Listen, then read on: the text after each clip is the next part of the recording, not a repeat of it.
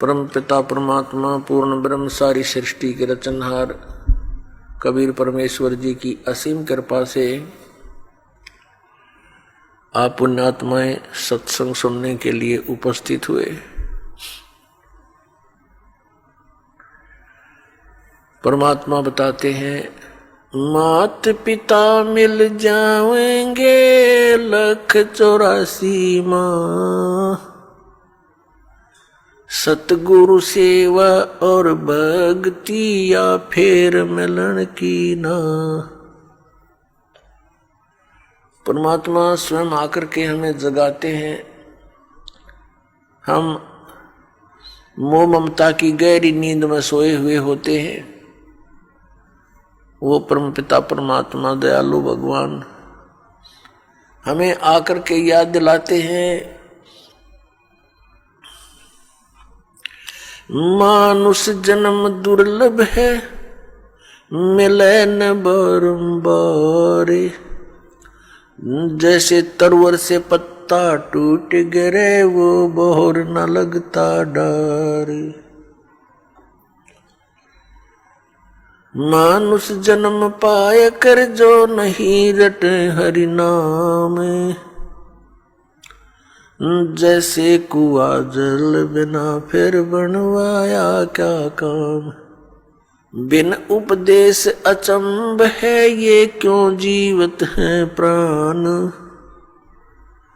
भक्ति बिना काठोर है, वो नर नाही पाषाण। अगम निगम को खोज ले, बुद्धि विवेक विचार। उदय अस्त का राज मिले, तो बिन नाम बेगारे। राम रटत कोडी भला,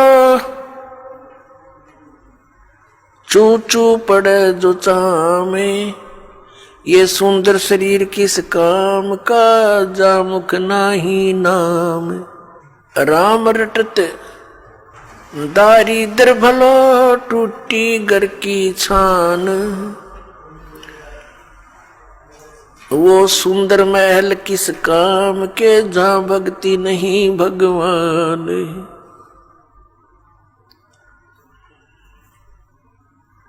राम रटत कन्या बली, साकेट भलो न पूत।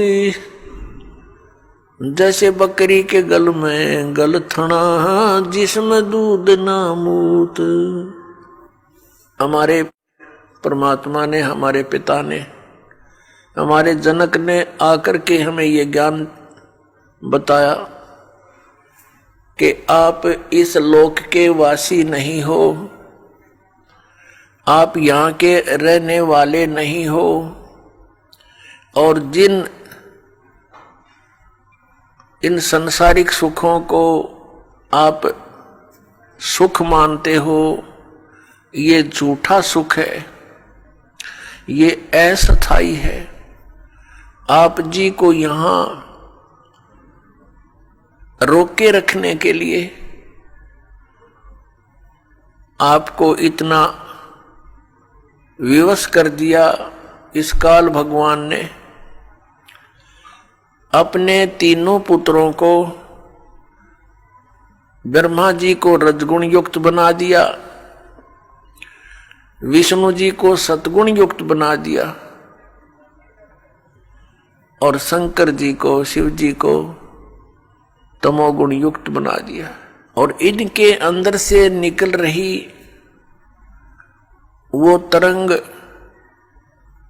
हम सभी प्राणियों को प्रभावित कर रही है।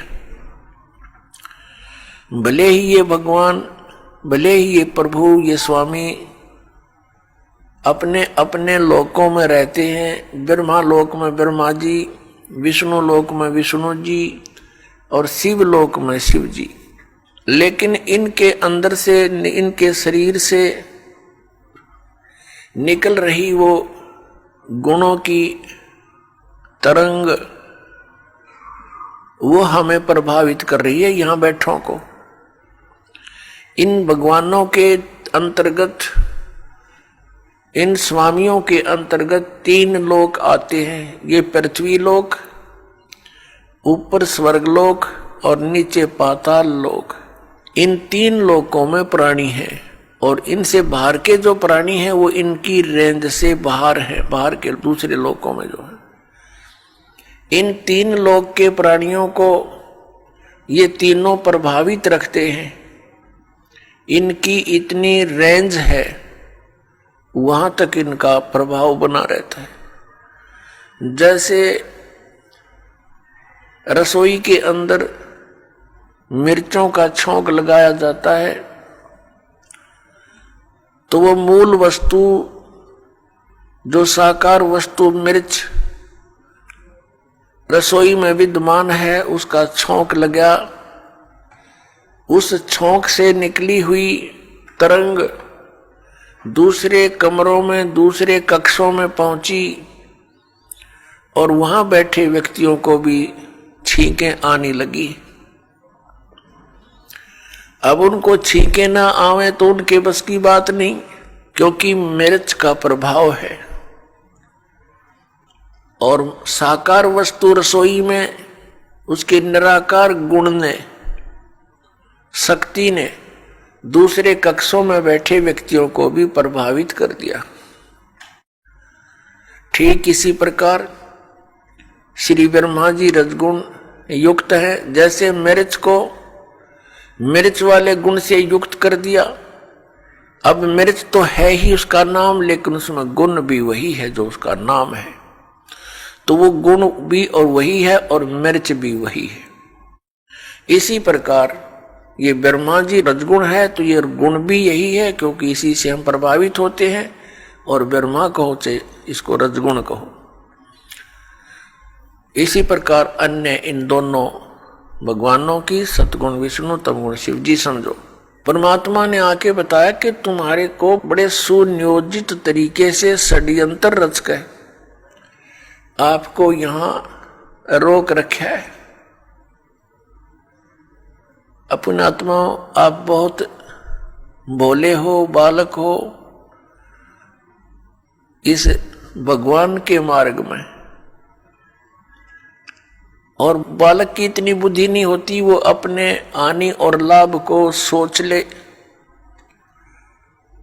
आप तो इतने अबोध बच्चे हो जब तक आपको तत्व ज्ञान नहीं होता। जैसे एक छोटा सा बच्चा, 1-1.5-2 वर्ष का बालक, उसको ज्ञान ही नहीं किसी भी पदार्थ का, ये अच्छा है या बुरा है।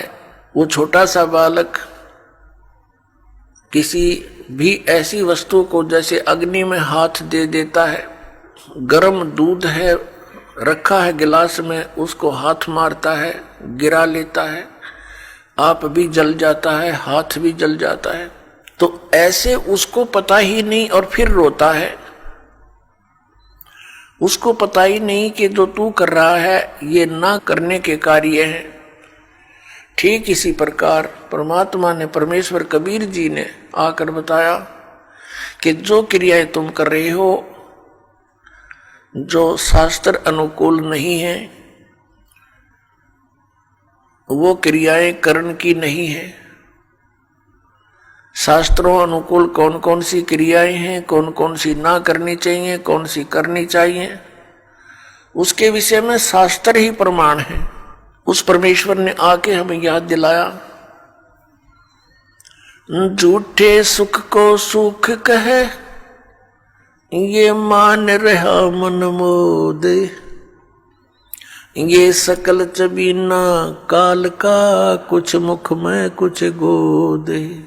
परमात्मा ने हमें याद दिलाया कि तुम्हें यहां ऐसे रोक रखा है जैसे कसाई बकरे पालता है, बकरियां पालता है, नर और मादा को एक ही स्थान पर रख लेता है सैकड़ों की संख्या में। जिस कसाई की अच्छी कंजम्पशन होती है वो कई सैकड़ों की संख्या में बकरे और बकरियों को पालता है।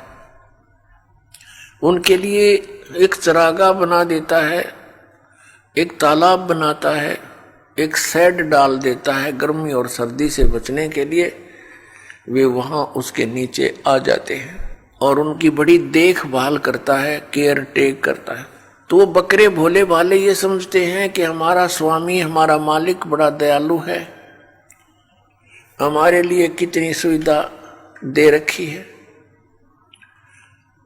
लेकिन उनको ये ज्ञान नहीं कि जब तुम्हारे यहाँ से वो किसी के बेटे को निकाल ले जाता है, किसी की बेटी को, किसी की माँ को, किसी के भाई या पिता को, तो उस समय इसकी दयालुता तुम्हारी बुद्धि में नहीं रहती। तो पुण्यात्मा, जब वो कसाई बकरों के पास जाता है, वो बकरे उसको नेक व्यक्ति जान के, अपना हितैषी मान के उसकी तरफ दौड़ कर जाते हैं, उसको प्यार देना चाहते हैं। जैसे कोई किसी पशु को संभालता है प्रतिदिन, और वो पशु भैंस या गाय बैल, जब भी वो व्यक्ति उसके पास आता है उससे वो प्यार करता है, उससे लाड करता है, क्योंकि आत्मा के अंदर किए कर्म के प्रतिफल का एक विशेष भाव बनता है। इसी आधार से वो बकरे उस कसाई के हाथ को चाटते हैं। कोई ऐसे ऊपर को पैर करके उसको सीने से लगाना चाहता है, प्यार देना चाहते हैं। अब वो ऐसे पकड़ कर देखता है, बकरों को हाथ लगा कर देखता है जगह जगह से। वो तो ये देख रहा है इसमें यो कितना मांस चढ़ गया, इसका ऊपर कितने कै किलो का बिकेगा, और वो चाटते हैं, उसको लाड देते हैं, ऐसे जीभ से चाट चाट कर प्यार देते हैं। बड़ा नेक आदमी है, और वो एस्टीमेट लगा लग रहा है यो कितने का बिकेगा। परमात्मा ने आके बताया कि ठीक इसी प्रकार है। खाई खुराका पैन पोशाका यम का बकरा पलता है। कहते हैं खाई खुराका और पैर पोशाका, यहाँ यम का बकरा पलता है। इस काल के बकरे पल रहे हो तुम।